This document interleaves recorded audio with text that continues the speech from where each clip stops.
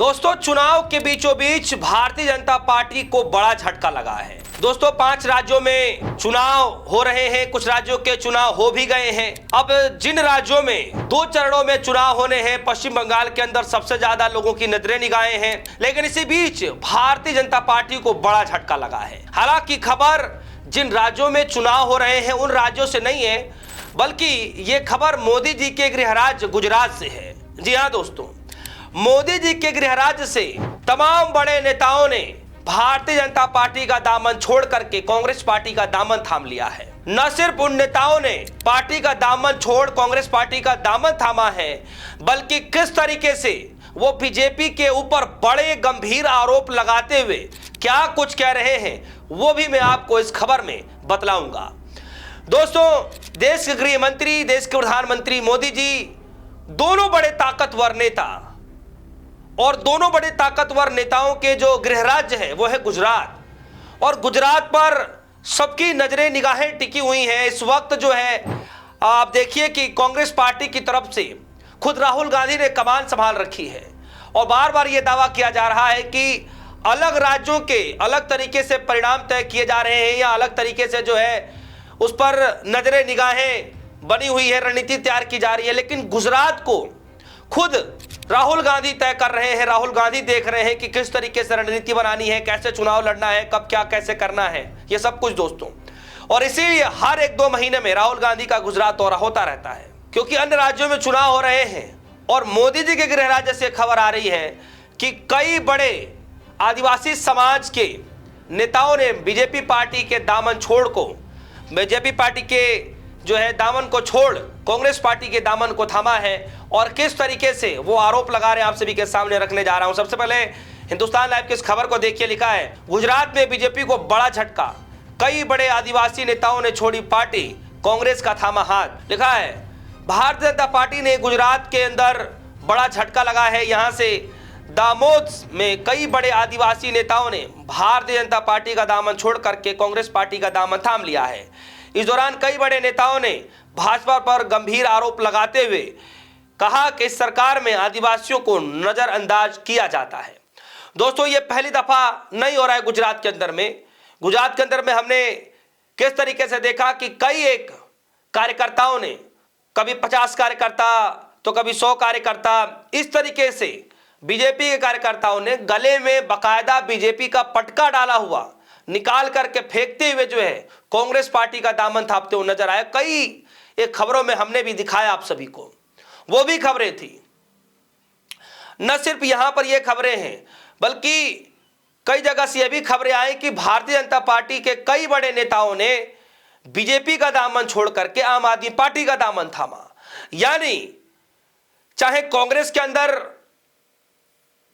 Bharatiya Janata party के नेता जाएं या फिर आम आदमी पार्टी के अंदर जाएं, लेकिन इसमें अंदरूनी जो पकड़ कम पड़ रही है वो बीजेपी की ही पकड़ कम पड़ रही है।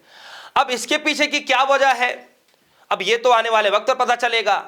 हम सभी को याद है कि किस तरीके से पूरे मंत्रिमंडल का विस्तार किया गया गुजरात के अंदर में। अचानक एकाएक सभी मंत्रियों को इस्तीफा दिलवा दिए गए, बाद में जो है नए मंत्रिमंडल का विस्तार हुआ, नए लोगों को एंट्री दिलाई गई।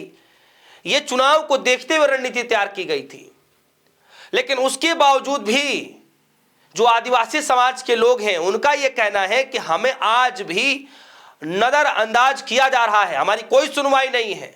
इसीलिए हम जो है कांग्रेस पार्टी के अंदर इसलिए जाना चाहते हैं कि हमारी विचारधारा मिलेगी, और हम जो है कांग्रेस पार्टी के सहारे ही अपनी मांगों को पूरा करवाएंगे। बीजेपी के अंदर सुना नहीं जा रहा, ये बातें कही जा रही हैं। खबर में दाहोद में बीजेपी के कई वरिष्ठ आदिवासी नेताओं ने पार्टी छोड़कर कांग्रेस पार्टी का दामन थाम लिया, जिनमें जिला पंचायत सदस्य महेश भाई हैं, पूर्व सरपंच जयंती भाई जैसे नाम शामिल हैं। सभी नेताओं ने राजीव गांधी भवन में औपचारिक रूप से कांग्रेस पार्टी की सदस्यता ली।